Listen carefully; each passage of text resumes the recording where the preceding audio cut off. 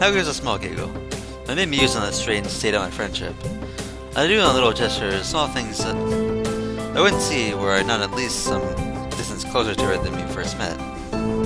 Look for a moment, think about what I should do and what I think about what I do and don't know about it.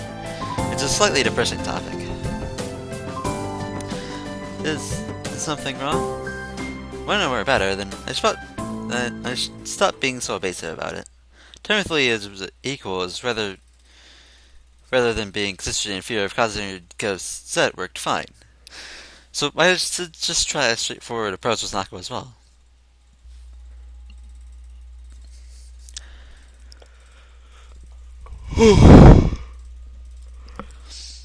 I'm sorry, I'm tired. Hey Hanako, do you mind if I ask you a question? I I don't mind.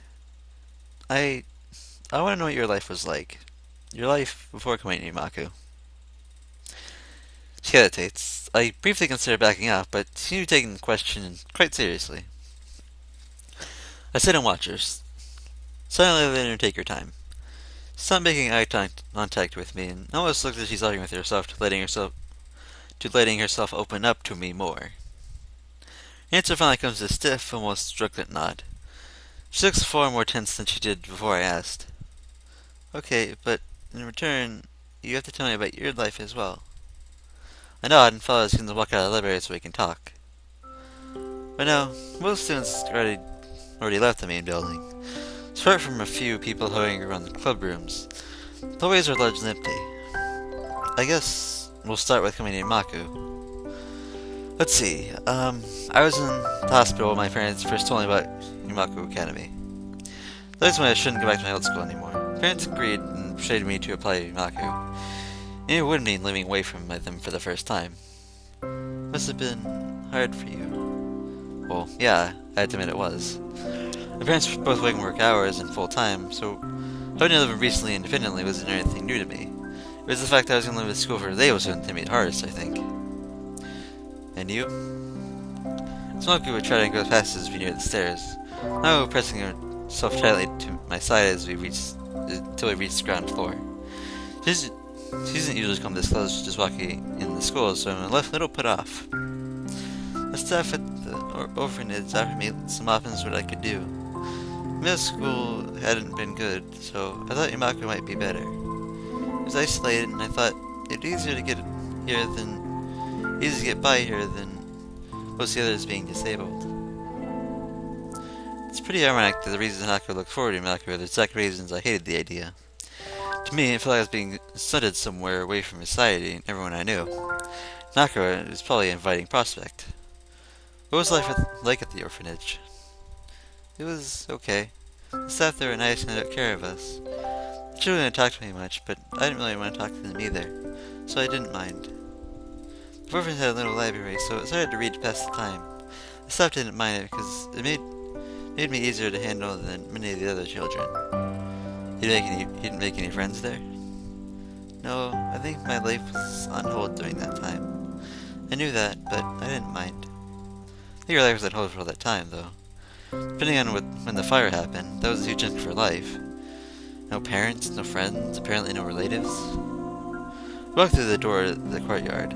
I picked to needed to avert my eyes from the sun, but by now I know it's well in the sunset. Now eyes keep flicking to me, so I look away from her a bit. What was it like in the hospital? I quickly clear my thoughts and try to refocus them. I hesitate a bit, but I know that I have to tell her. We're close enough to feel comfortable telling you this. It's only fair that I reciprocate.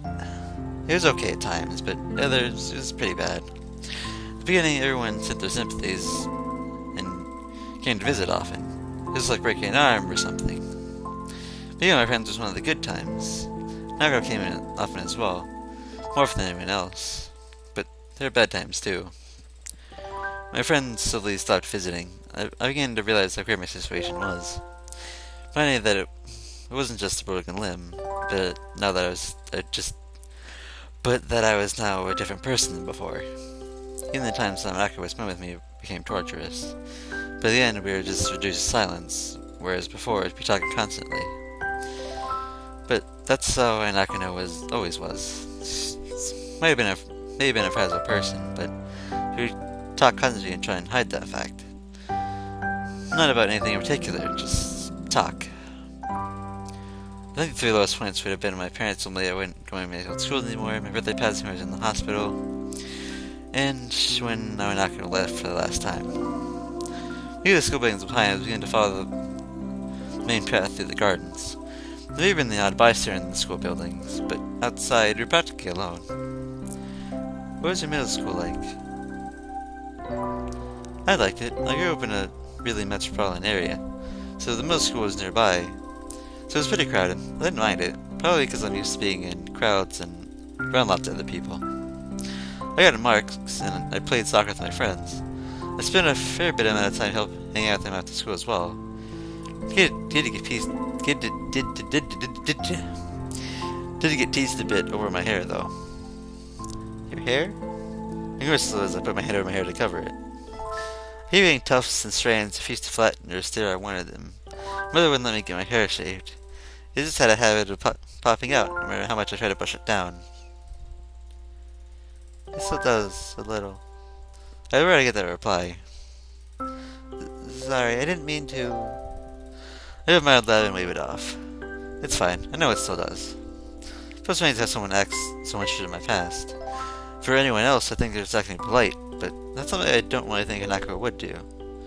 Or if she did, she would do it so badly that it would be obvious. Number goes in the common room on the ground floor, and Hanako presses himself to my side once more as we pass them. I try to break it off, but instead he's going to climb me as we walk towards the stairway. Something about the way he's holding on to me feels different than usual.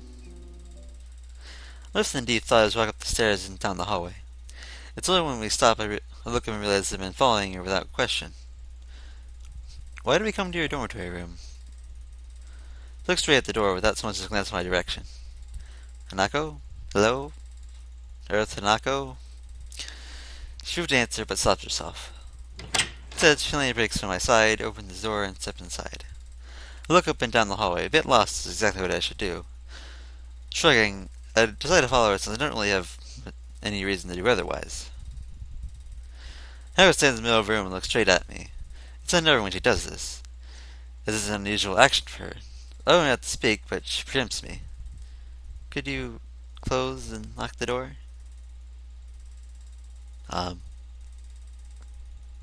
Sure.